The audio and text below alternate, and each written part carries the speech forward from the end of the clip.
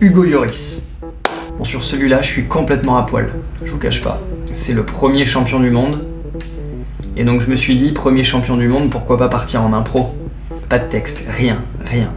J'ai même pas relu sa biographie pour me faire une idée, non. Là je me suis dit, on va faire un vrai exercice d'impro pour Hugo, pour célébrer cette deuxième étoile. Et voilà, c'est tout. Hugo, il est né il y a à peu près une trentaine d'années à Nice. C'est d'ailleurs là qu'il a commencé sa carrière professionnelle. Voilà, en Ligue 1 à Nice, pépère, tranquille, pas trop de pression. Assez serein. Je crois Hugo toujours voulu être gardien de but. C'est un mec assez discret, un peu en retrait. Lui, la luxure des attaquants, des milieux de terrain, ça lui parle pas. Non. Hugo, c'est un gardien dans l'âme. Un gardien jusqu'au bout des ongles. Et en fait, il fait tellement du bon taf à Nice, mais que la meilleure équipe de Ligue 1 à l'époque, l'Olympique Lyonnais, s'intéresse à lui. Il part à Lyon.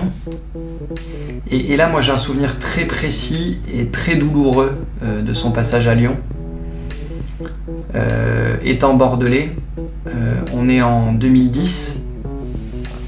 Donc l'année d'avant, Bordeaux est devenu champion de France, mettant fin à une série de 7 titres consécutifs pour les Lyonnais. Donc Bordeaux joue la Ligue des Champions. Bordeaux est ultra solide en poule.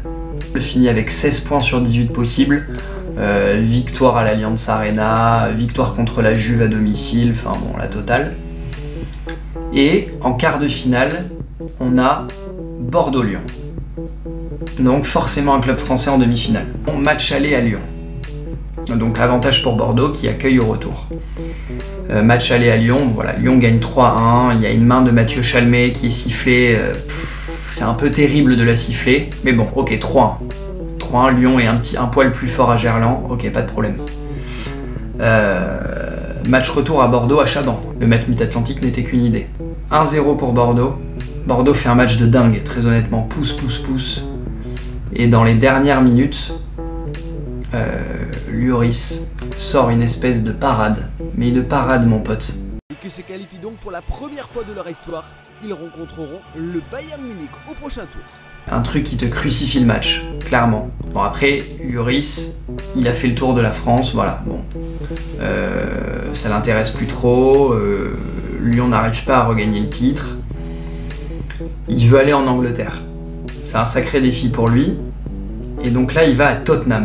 Et concrètement, à Tottenham, voilà, c'est parfois excellent, parfois moins bon. Il est clairement pas aidé, le gars. La défense de Tottenham n'a jamais été réputée pour être une défense de fer. Donc parfois, ça lui arrive d'en prendre 5. Il peut faire des boulettes. Oui, on n'est jamais à l'abri avec Hugo. Il peut faire des boulettes, mais quand même, de manière... Enfin, globalement, le mec s'impose vraiment là-bas. Et il n'y a pas de problème, voilà. Ça fait, je crois qu'il y est depuis 2011. À peu près 2011, ouais, ça doit faire 7 ans qu'il est là-bas. Donc solide le gars.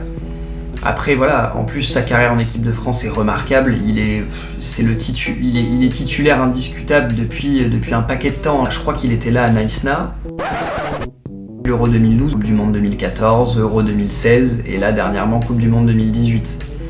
Il a été parfois critiqué, où les mecs disaient putain ça suffit, Mandanda est meilleur.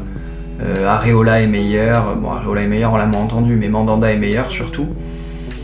Mais là il nous a fait une Coupe du Monde 2018 très solide, hein, franchement. Bon ok, c'est Courtois qui a été élu meilleur gardien du mondial, mais Lloris il nous sort de ces trucs, il nous sort des horizontales, notamment une là que j'ai en tête contre l'Uruguay, juste avant la pause là, quand on menait 1-0, solide.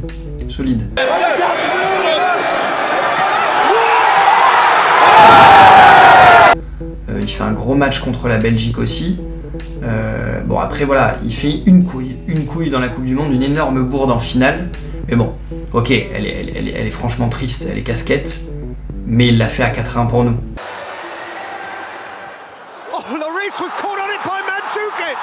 Derrière, on n'a quand même pas beaucoup flippé à cause de ça. Ça pouvait pas changer grand chose à l'issue de la finale.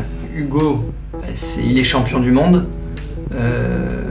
Mais bon, il est à Tottenham.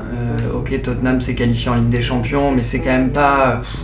c'est pas la folie quoi. Il prend quand même des buts, voilà, il passe champion d'Angleterre. Et puis il est gardien quoi, voilà, il paye aussi son statut de gardien, mais bon, Moi je le mets 18ème, je trouve que c'est solide comme place. Bravo Hugo. Un Pro Terminado, à voir ce que ça donne. À voir ce que ça donne sur la pellicule.